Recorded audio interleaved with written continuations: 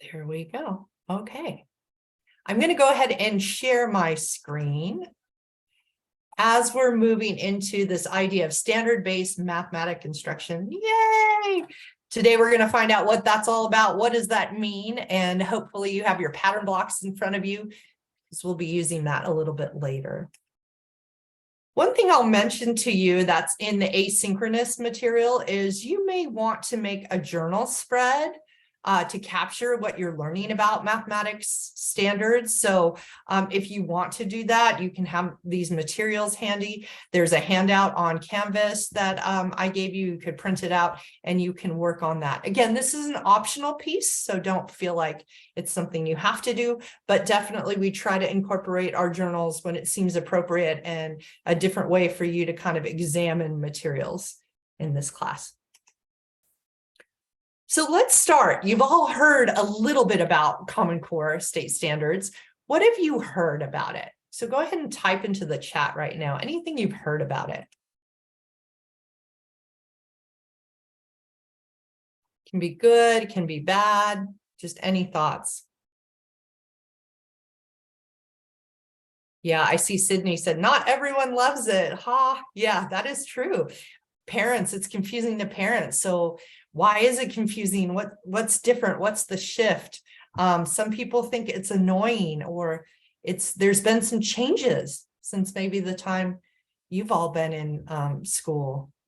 Some people have said they've heard mixed emotions about it. So all of that is very true. So I appreciate you sharing it. Some people put, I don't know, a lot of people are not fans. It's confusing. It seems like somebody put it seems like it's more focused on the why of math and the how, not just getting that final answer. And yes, that is going to be a big focus for it. So we'll talk about that. So it's shifting from that automated procedural knowledge to focus more on that conceptual understanding. So thanks for sharing your thoughts on that. Here's our roadmap for today. We're going to take a look at the definition of standards, the history, how did standards come to be, and Common Core, and what is the goal for Common Core state standards in mathematics. Basically, it's a two-part structure of the standards. So we're going to look at an in-depth exploration of one of the content standards. So we're going to focus on content for the purposes of this course. And then later on in your asynchronous module, you can look at practice for the mathematical practices. So remember, I said there's two areas of the structure, one's domains and one's the practice. It'll make more sense as we go through it, but one section will be covered today in this lecture, and then the asynchronous module will deal with the mathematical practices. So what are standards? Well, I'm so glad you asked, or I know this is in your mind right now because I'm reading your minds. So it is a statement of what students can and should be able to do as a result of instruction. So California has standards in many different subject areas: ELA, ELD, math, science, social studies, health, PE, visual, performing arts, world languages, and there's many, many more. So you all have access to this presentation as well. So you can go to the website and check out more if you'd like to. But for today's purposes, we are going to focus on the Common Core state standards for mathematics. So here's a short little history of the standards. Standards came to be before Common Core. And the standards came to be because in the 1980s, there was an interest in accountability and in testing. So it wasn't just teachers teach whatever they want. We need to have some standard, like what are the expectations that we think students should know in particular grade levels, and how do we measure that? So that's kind of where all this came together. Well, we have to have some sort of standardization, and then we have to have a means of evaluating that. And that's where this idea of accountability and testing came to place. So the first framework actually came into place in about the 1990s. And then after that came the standards. And it started with each state kind of making their own. And this is also where we started seeing they were measured with those high stake tests, which we know can cause a lot of anxiety for our students. So that's kind of how this came to be.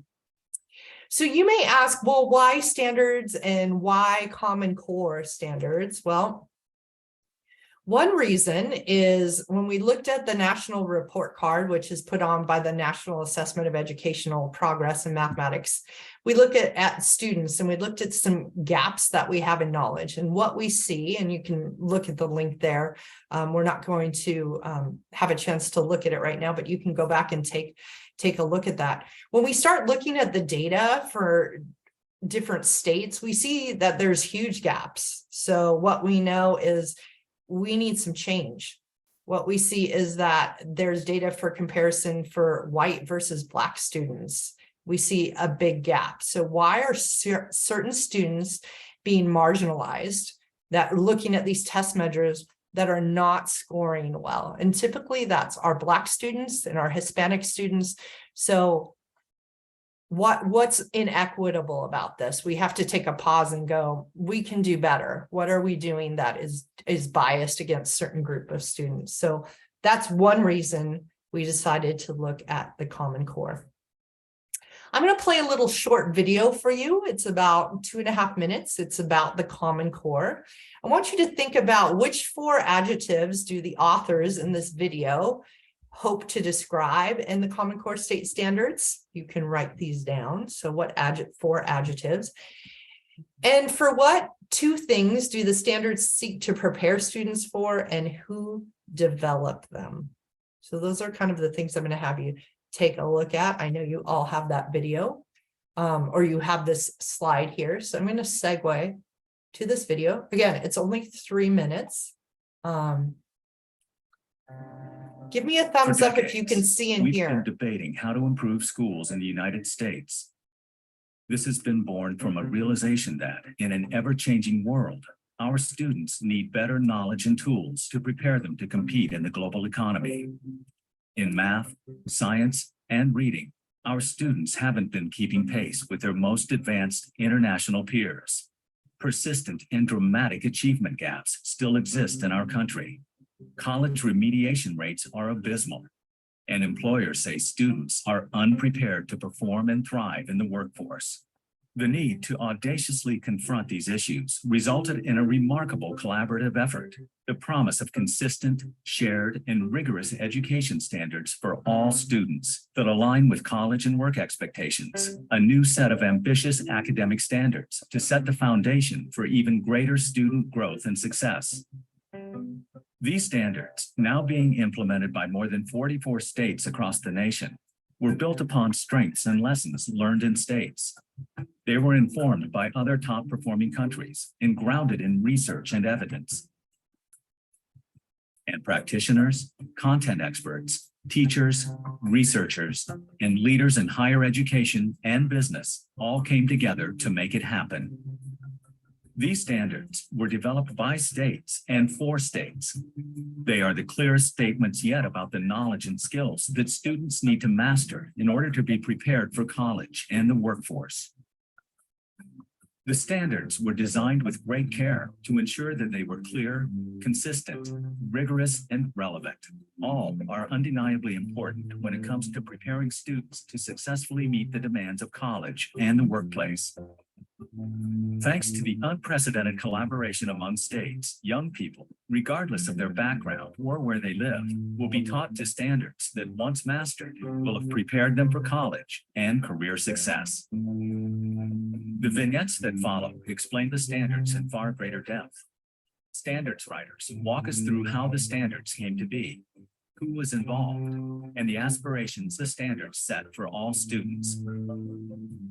Take a glimpse into the promise of these standards as states do the hard work of implementing them with fidelity and care.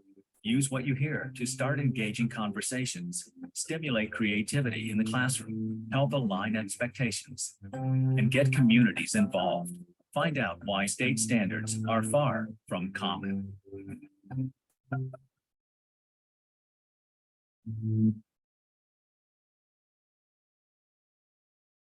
Okay, so that gives you just a little bit of background knowledge on the Common Core. So when we look at the 4 adjectives that the authors hope describe the Common Core state standards, they were looking at clear, consistent, rigorous, and relevant. So those were the 4 adjectives. What 2 things do the standards seek to prepare students for? Anybody catch that in the video? College and the workforce. Yeah, you got it. The demands of college and the workforce. Absolutely. Thanks, Stacy. And who developed the standards? Other countries that are doing really well contributed to it.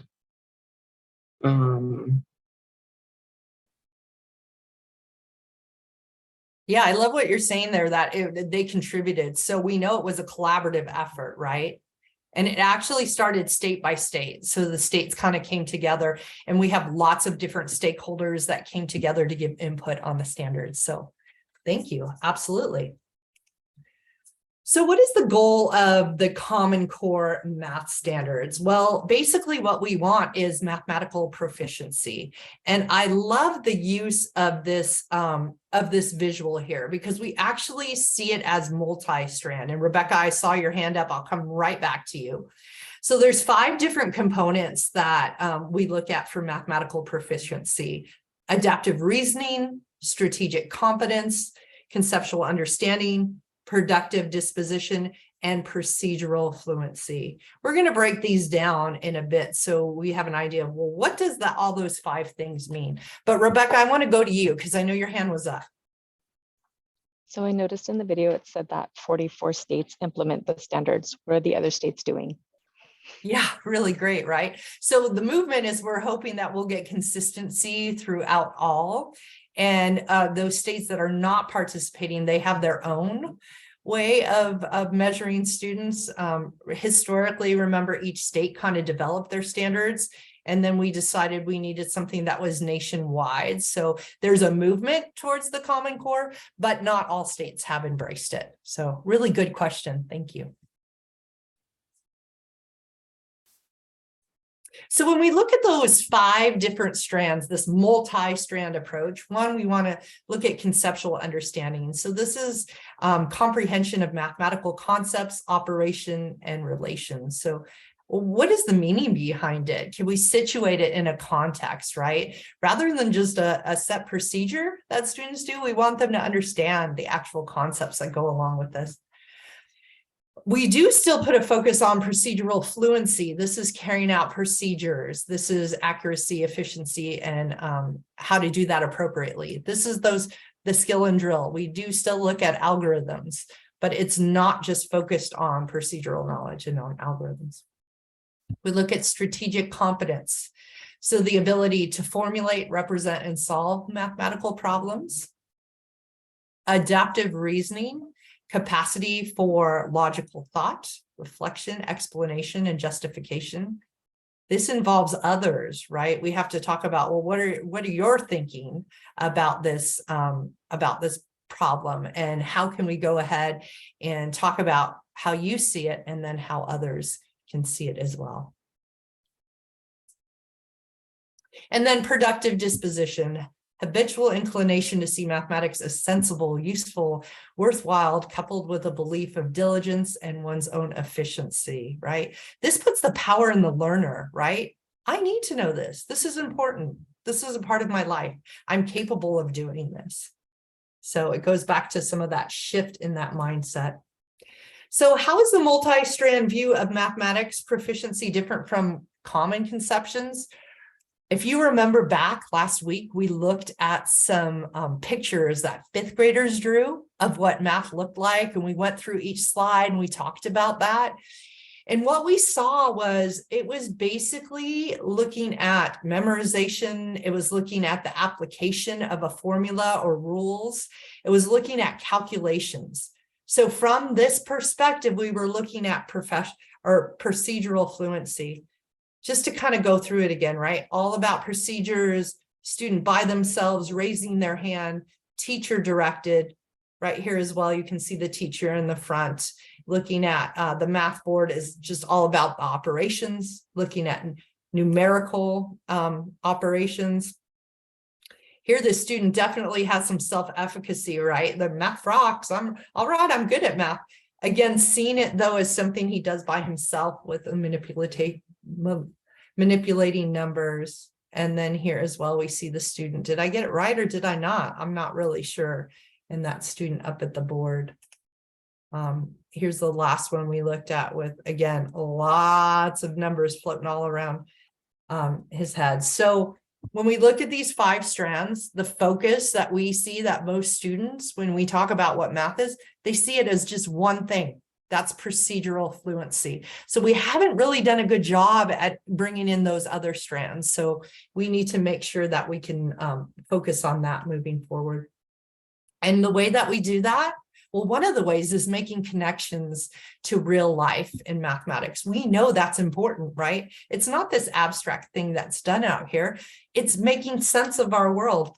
You all did that in your 24 hours of math, day 1, where you thought about, how do I see math in my life in a 24-hour period?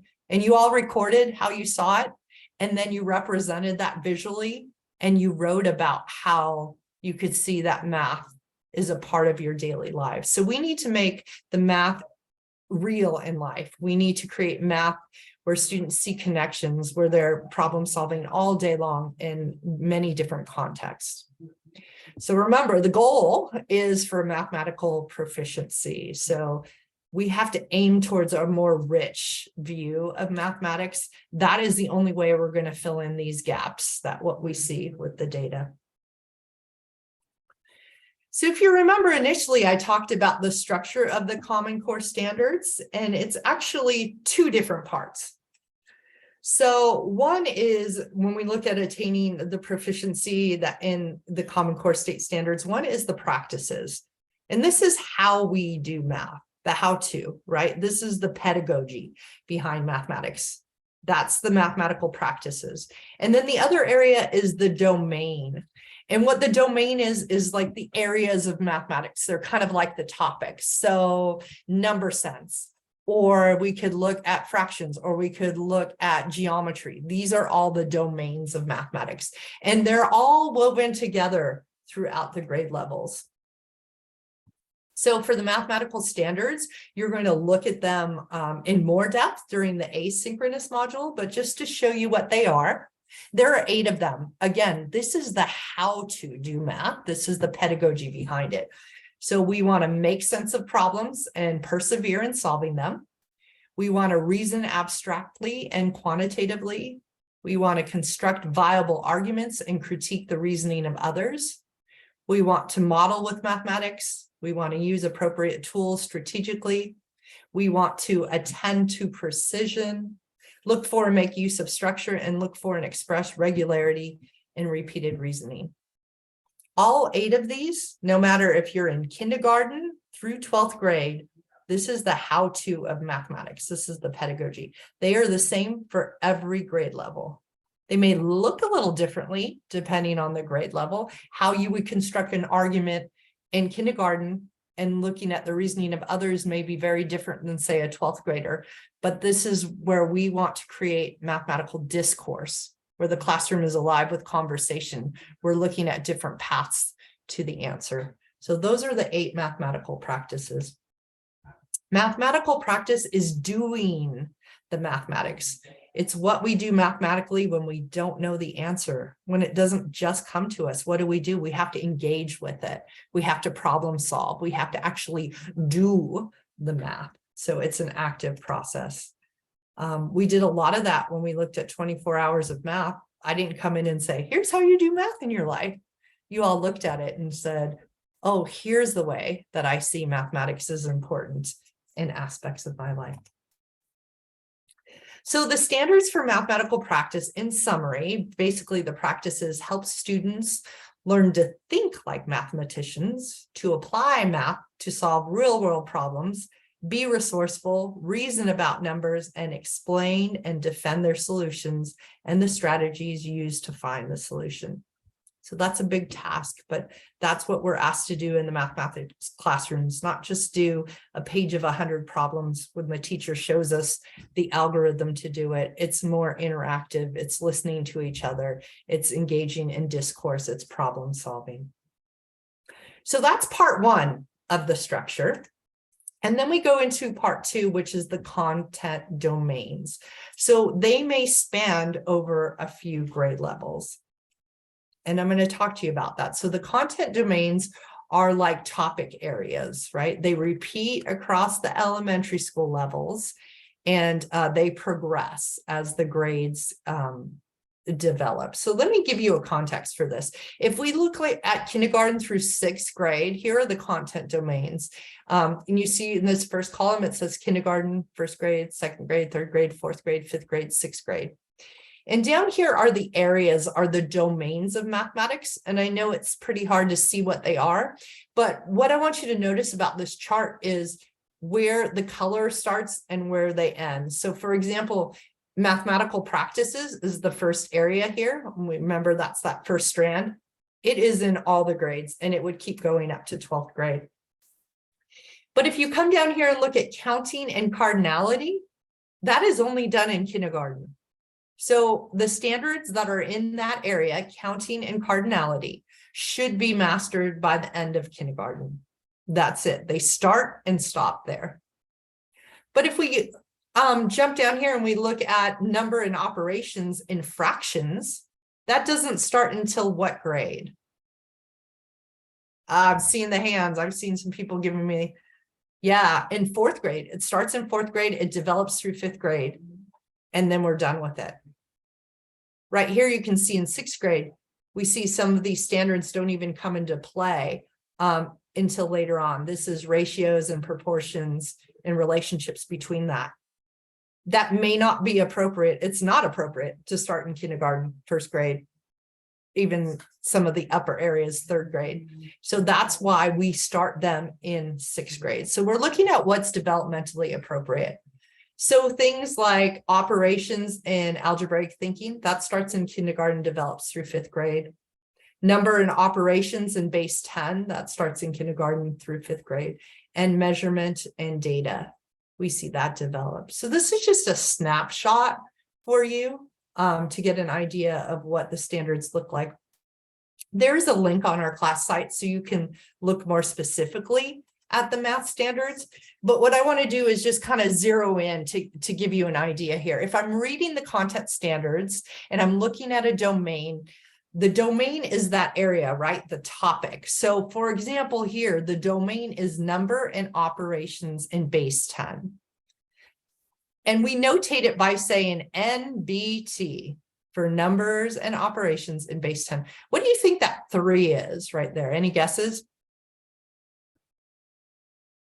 Anybody can unmute themselves if they want to take a guess at what that 3 pertains to. Oh, I see somebody wrote something in the chat. Yeah, grade level. Awesome. Yes, that 3 corresponds to 3rd grade. So this standard was pulled from 3rd grade. So we look at use place value understanding and properties of operation to perform multi-digit arithmetic. So that's the overall standard. But then we come down and look at really specific standards. They're clustered around a bigger idea. So right here, if I looked at 3.NBT.1, it would be right here, the standard. Use place value understanding to round whole numbers to the nearest 10 or 100. That is one specific standard. But it's related to these others. They're clustered together. So again, you'll have access to this PowerPoint. We're going to talk about how we look at standards and build lessons that involve the standards, but I want you to at least see how to read it when you're looking at it, that the standard is actually within the clusters. So just to summarize the idea of content standards, remember when we look at Common Core, there are 2 different strands. One is the mathematical practices. That's the how to do math. There's 8 of them, consistent from kindergarten to 12th grade. And then the other strand is looking at the domain areas, and they are similar to topics. They cross grade levels, but they might start and stop in different grade levels. And then within the domains are clusters or groups of standards, and there are progressions of how the domains are built over time. So there's different expectations if you're introducing a standard rather than you're developing through the different grade levels and taking it to mastery. All right, so here's what we're going to do. We're going to have those pattern blocks out. So hopefully each of you have your pattern blocks in front of you. And Jenny, I see you brought, I'm assuming, your daughter to come play with us today. Thank you for having her there. We're going to get our hands on these. So get out those pattern blocks. And now we're going to take a trip back that you are now a child in the classroom. So anytime I introduce a new manipulative, you want to give kids free exploration time. So you can go ahead and pull them out, start exploring, start making different things. The reason that I do this is kids in the classroom are thinking about that flower they want to build or that spaceship, and they're not thinking about what you want them to do with this. Let them explore. It's through exploration and play that they naturally start noticing things about shapes or about whatever the manipulative is that you're introducing. So let them explore. It's really important to have that explore time. If you are on my PowerPoint on our class site, you can go ahead and link to this Padlet. The Padlet shows you, I can go ahead and do that for you now. Do you all see the Padlet here? This was from Dr. Guillaume's class. She had done this last year. Here's some explorations that her students came up with, just exploring with the pattern blocks. So you can certainly do something like that with your students as well. So you might ask, well, and I'm assuming you're playing and manipulating the blocks right now as you have them in front of you, but why? Why is this important? Well, humans learn through play. We learn through interacting with materials, with making observations, with thinking about different things. That novelty of a new thing, whether it's a new toy or tool or manipulative, it needs to wear off before it can become a tool, right? They want to get their hands on it. And we're no different. If something's placed in front of me, I want to play with it and touch it and not do what the teacher's telling me to do. So let's let them go ahead and do that. You can separate playtime from the lesson time, as in a center or a sponge activity. Why not have kids take pictures for reference? So you see how we did that Padlet. This could be a center activity. Just explore with the pattern blocks. You could allow them to do that for the first week, and then you bring in the pattern blocks in a way that's more structured for them to engage with them in the mathematics in the classroom. Okay. So if you would, you have the blocks out in front of you, but you can kind of push it to the side because we're going to use it in a more tangible way now. Yeah, I'm seeing some things in the chat too that, oh, Jenny, that's your niece. Well, I'm glad she's here with you today. Thanks for bringing her. And kinesthetic learning, yes, absolutely. We want to get kids' hands on things, right? So they're learning by doing. Fantastic. So there are three major ideas in geometry. So one is looking at shape, and that incorporates properties and categorization. So what we look at is naming the shapes, looking at the components of shapes, so sides, angles, faces, the different properties, and how we categorize them based on their properties. So that's one area. The second area is looking at composition and decomposition of shape. And then the third area is looking at spatial structuring and spatial relations. So these are the three areas, the three big ideas in geometry that we learn in elementary school. For the purposes of today, I'm going to take you through a little demonstration using the pattern blocks for just focusing on shape. So how do we look at properties and categorizations of shape? So we're going to take a walk through the grade levels while we do this. So when we look at kindergarten students, and now you're all taking a trip back to your past. You're now all kindergartners. And so if you would, go ahead and pull out the green shape, And what do we think this is? Who can name this shape for me? Anybody want to come off mute and name the shape for me? A triangle. Kenzie, thank you. Yes, it's a triangle. How do you know it's a triangle though? It has 3 sides. Okay, so now we're starting to get into, yep, I can feel those 3 different sides. Awesome. Thank you, Kenzie. And what about this? What do we call this? Anybody want to tell me? Square. Sydney, thank you. Yeah, it's a square. How do we know that? It has 4 sides. Yeah, it has 4 sides. So what color is this, Sydney? Orange. Orange. Good. Yeah. So we're looking at, what do we see? What are we noticing? What are the names of these different shapes? And we're starting to explore some of those characteristics as well. So another thing that you can do is looking at your blocks, and you can say, can you put the square above the triangle? So those are placement words, right? Can you put, what shape can you put beside the triangle? So do they understand the vocabulary of some of these words that are located in bold? So above, beside, you can use the shapes, and they can do different configurations. If you're a teacher in the class, you can you can say, hey, put the square above the triangle, and you can walk around and see if they're able to do this. It's a quick way that you can do a little assessment to see if they're familiar with first identifying the different shapes, and if they're able to use those locating words. So we talked about this before, kindergartners, that it is a square, right? What about if I turn it like this? Is it still a square? Because now we changed it. What about size-wise? If it gets bigger, or I turn it yellow, is it still a square?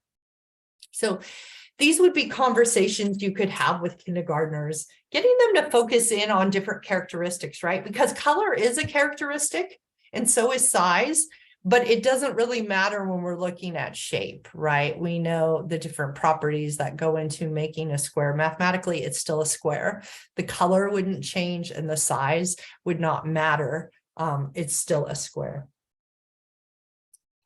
So now, kindergartners, you've been promoted to grade 1. So would you please find your triangle and hold it up? So you might have different ones in your bag. In the pattern blocks that you have, I think we're kind of limited, and we only have the 1 triangle, but you could also bring out other shapes of triangles and have them identify it.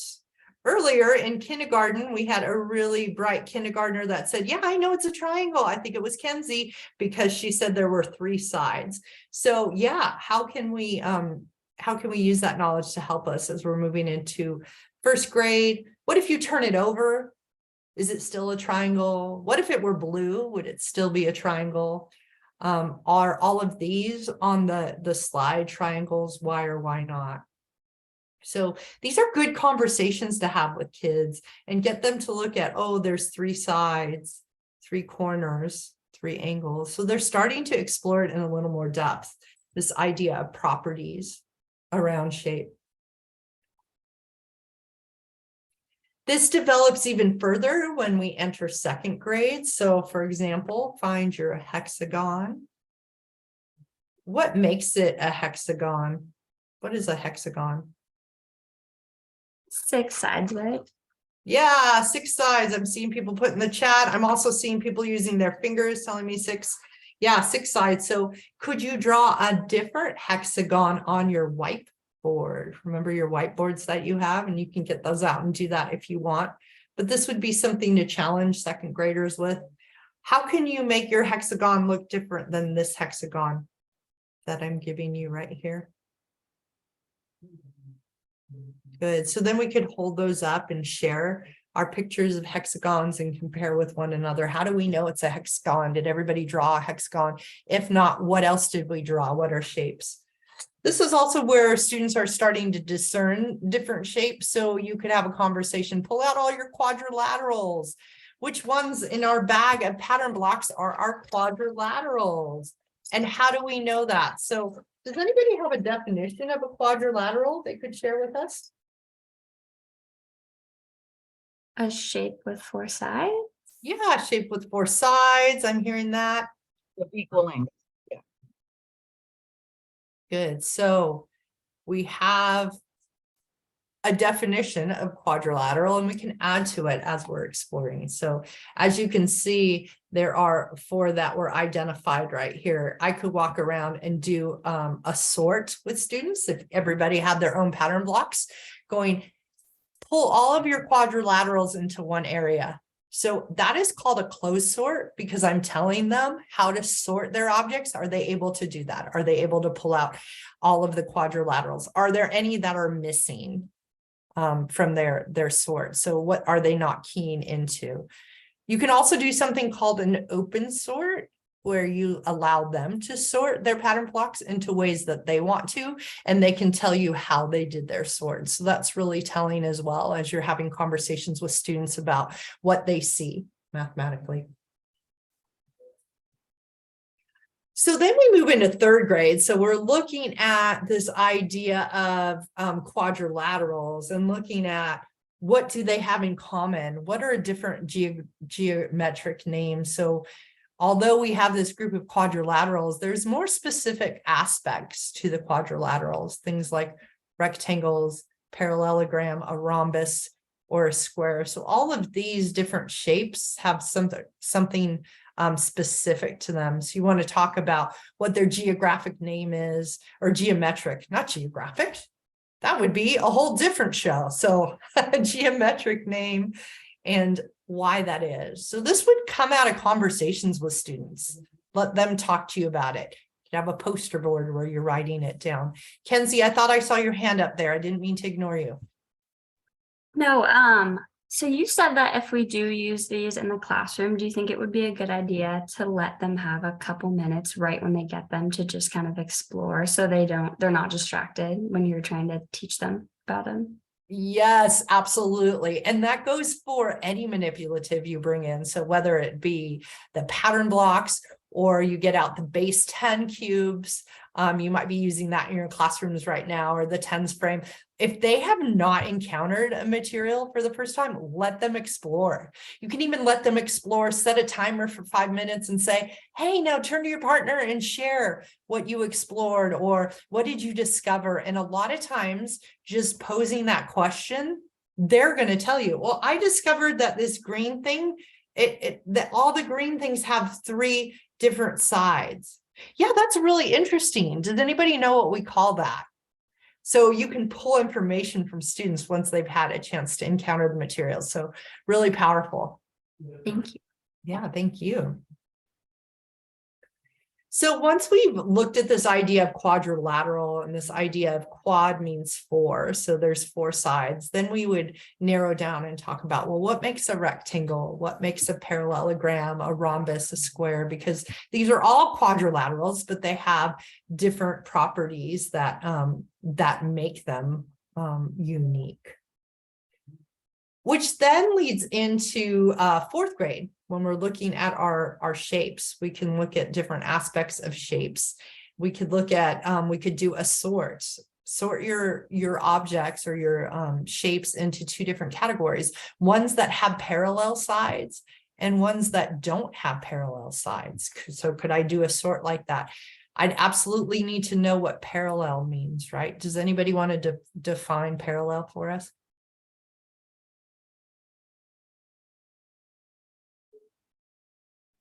Lines going in opposite direction Yeah, good. So or alongside each other. They don't cross. alongside each other, right? So we can see right here, I have 2 sets of parallel sides, right here and right here. Good. So if I'm looking at my trapezoid, then there's 1 set of parallel sides, the others will intersect. So I don't have 2 sets of parallel sides. So good. Infinite lines, no matter how far they extend, they'll never cross. Absolutely. So being able to tangibly have students start looking at shapes, and what do you mean by touching? How does that come together through these different shapes? So starting to talk about those ideas of parallel and intersecting lines. You can look at other shapes in the families. For example, what about other triangles? So we can look at a scalene triangle, right? We can look at a acute triangle, an obtuse triangle. What does that mean? How do we start putting properties to these different ideas of this family we call triangles? And what are these different components? Also in fourth grade, they start looking at lines of symmetry. Do all these shapes have a line of symmetry? Is there only one line of symmetry? What does symmetry mean, right? So it's kind of that mirror reflection. Can we locate those lines of symmetry? So those are the conversations you start having in fourth grade. So you can see this is all the same standard, the same domain area, but as it's growing through the grade levels. And then when we look at fifth grade, we're looking at using the quadrilaterals and shape and putting them into different family groups. So this is where you'd start to use Venn diagrams. So we've talked about quadrilaterals. We've identified specific quadrilaterals, but how do we group that and make sense of that in this bigger idea? So perhaps a Venn diagram would look something like this. We have this idea of all quadrilaterals. Then within that, there's parallelograms. And more specifically with parallelograms, there's rhombi and rectangles. And right there, squares smack dab in the middle. What about trapezoids or kites? So it's more sophisticated. We're getting into this idea of, wow, this is this big family of quadrilaterals. How are they all different? How are they related to one another? So that's how it would build up as you move through the grade levels. So hip hip hooray, this activity was brought to you by the first big idea in geometry. La, la, la, la, la. Shape, that's properties and categorization. So as you can see, when we looked at kindergarten through fifth grade, we're looking at the names of the shapes. Throughout the grades, we're trying to identify the different components, having conversations with students to look at the sides, angles, faces. What do those things mean? How can I look at something tangible and identify that? What are the different properties? And how do we categorize these shapes based on their properties? So standards in all the domains build like that. So I chose geometry here and the use of pattern blocks, but you could pull any domain area and look at how it builds through the different grade levels. So you're all in different fieldwork sites. You're going to become very familiar with the standards at your grade level, but it's important to look at the ones that came before and the ones that come after. So you have this idea of how they progress, right? What did the students hopefully have before they came to the classroom? Where might you have to back up and give an entry point? Or how can we extend learning? So it's helpful to kind of see, even within the same standard, how it grows along these different grade levels. That was a lot that I just poured out at you, but I wanted to give you an overview and give you some time to look at this more specifically. But what questions, thoughts, comments, concerns, what's going on right now in your mind regarding these standards? Sarah, I see your hand up. Yeah, so you just mentioned about like kind of referencing the prior grades standards. And are you a clinical coach this semester? I am. Okay. In our foundations class, we were talking about the classroom profile, and some of us had some confusion about like what prior academic knowledge, I think it was. And it was kind of, we all were like, well, like if they're in third grade, prior academic would be like K through 2. But is that more so what it's referencing? Of like looking at that core standard, like since we're going to be doing TPA math, do they want us to kind of reference like a second grade academic standard? Does that make sense? Yeah, I think I'll take a stab at it and you let me know if I need to clarify. So let's say you're in a third grade class. The structure of your classroom, or as a teacher, you're going to be teaching to those third grade standards, right? So you're going to build lessons that focus on what it is in third grade. But your students, some of them may not quite be ready for that content. So when you structure a lesson, you want to think about, how do I differentiate? How do I give multiple entry points, right? So if I'm looking at this idea of maybe the focus of my lesson is really getting at what makes a rectangle different than a square, I Mhm. might need to back up and even see if some students have the knowledge of what quadrilaterals are first, right? So having that knowledge will help me. And maybe I have to pull a small group of students to kind of go over that a little bit because we're not ready to jump into that next area. And on the other side of that, you might have students that go, yeah, I know what a square is. I know what a rectangle is. Okay, how can they explore further? So with every lesson that you're doing, it's not this like one size fits all, even though we have a curriculum that says, here's what we're hoping the students are taking away. But every lesson should have entry points for all students. So how can we differentiate? Is there tangible tools you can bring in? So maybe one group of students are exploring with hands-on materials, while a different group of students are engaging with the problem, but they're using visual representation, while yet another group is actually using just like numerical or symbolic representation. If we think back to learning theory, I'm going to connect this to Piaget.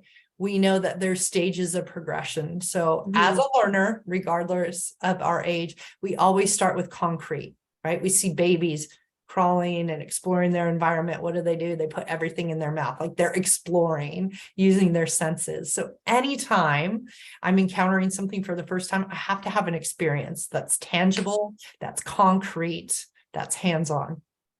Then I can start moving into looking at ways to represent those tangible experiences.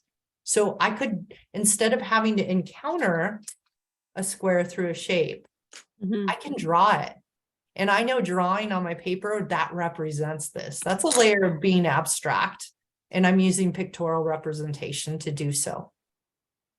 And then we can get into making things like Venn diagrams and more sophisticated forms of looking at different properties and examining them and having conversation. That's another level of using symbolic reasoning.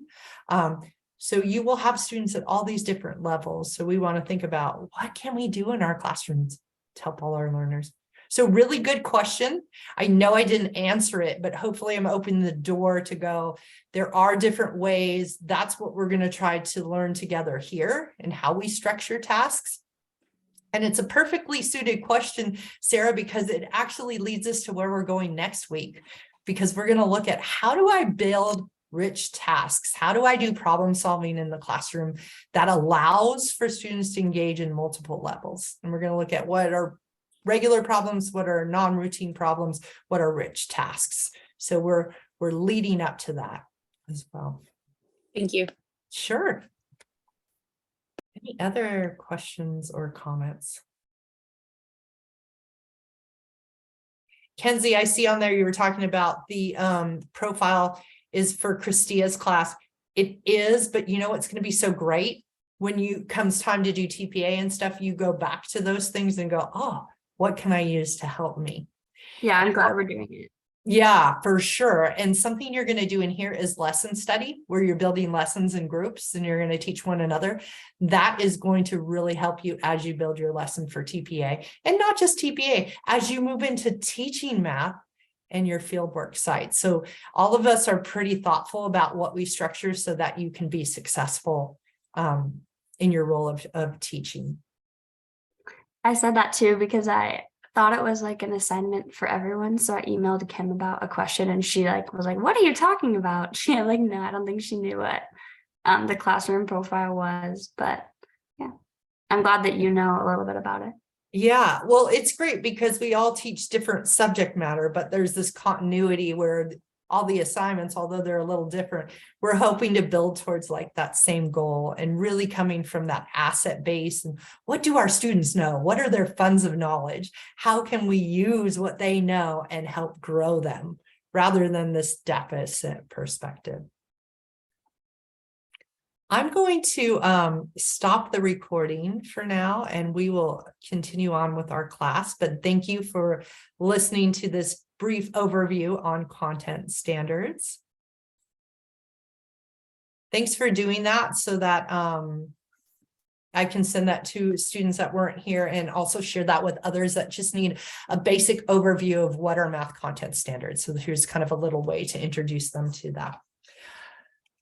Okay, so week 5, I know I've kept you over a few minutes. Promise I will get you out by 11:10. So we're going to be back here in Zoom next week. If you want to work on a math spread for the standards, you certainly can. If you look through the asynchronous material, that will be there for you as well.